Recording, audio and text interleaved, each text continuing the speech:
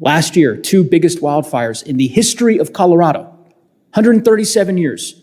The biggest wildfires in the history of our state both happened, raging simultaneously in my congressional district.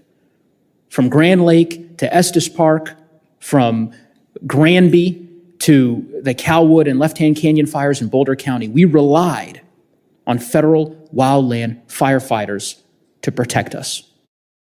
Gentlewoman yields back. Thank you, Ms. Cheney, for your leadership and your partnership. It has certainly been a pleasure and a privilege to work with you on this particular bill, and I'm very grateful for that partnership and share your commitment to getting this across the finish line. And with that, I'll go ahead and recognize myself for 5 minutes of questions. And I first just want to, I think it's important to reset with respect to forest management, because we have heard quite a bit during the course of this hearing and other hearings about forest management. The letter Mr. Obernolte submitted for the record, I would say I'm glad. I appreciate you submitting this letter to the record. This is a letter from a wide variety of environmental groups in California, I suppose, to the California delegation. And in it, they ask for, I'll just quote, "Our groups collectively share our desire for the Forest Service and other relevant federal agencies to rapidly increase the pace and scale of science-based forest treatments in order to move away from inadequate management that isn't solving the crisis." I think Mr. Obernolte agrees with that sentiment, I take. The next sentence, specifically, "We support funding and prioritization of forest restoration programs and activities such as those proposed in the 21st Century Conservation Corps Act," the CCC bill. That is my legislation.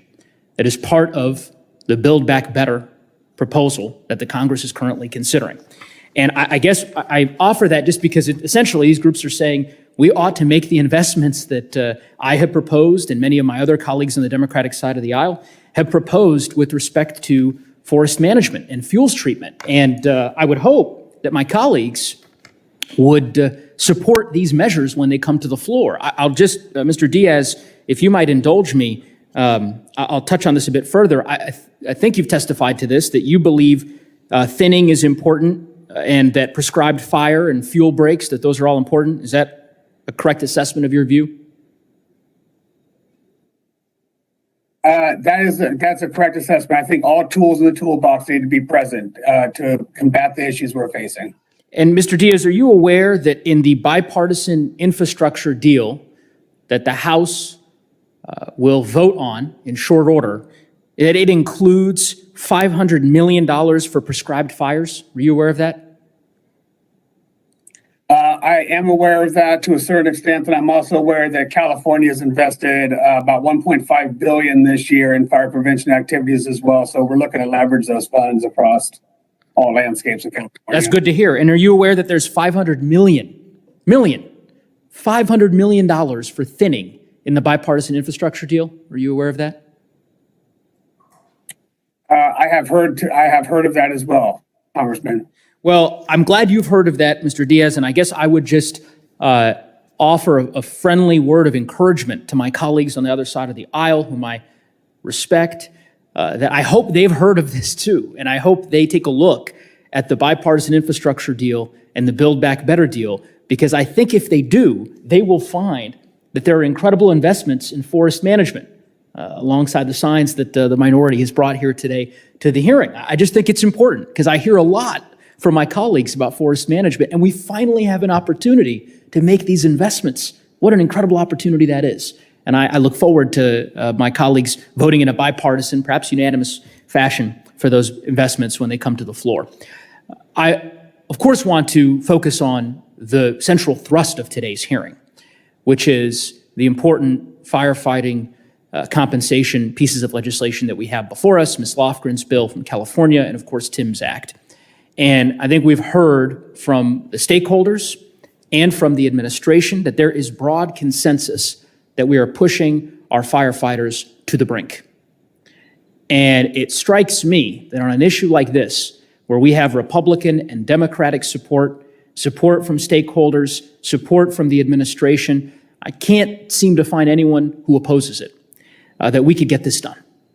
And as Representative Cheney so eloquently put it, I could think of no better way to honor the sacrifices of our federal wildland firefighters, and in particular, those of the individuals that we've lost, like Tim Hart, than to get this done and to ensure that our federal firefighters actually have the resources that they need to be able to do the life-saving work that they are doing for our communities each and every day.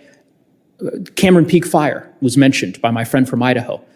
Last year, 2 biggest wildfires in the history of Colorado, 137 years.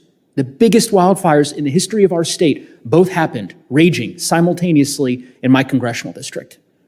From Grand Lake to Estes Park, from Granby to the Calwood and Left Hand Canyon fires in Boulder County, we relied on federal wildland firefighters to protect us.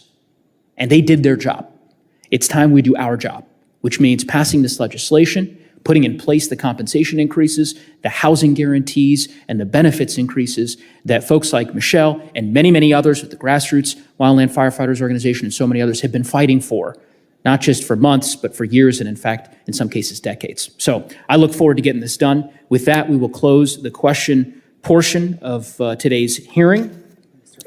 And I believe that the ranking member, my friend from Idaho, would like an opportunity to offer a closing statement, and happy to give him that opportunity. Mr. Fulcher, you are recognized.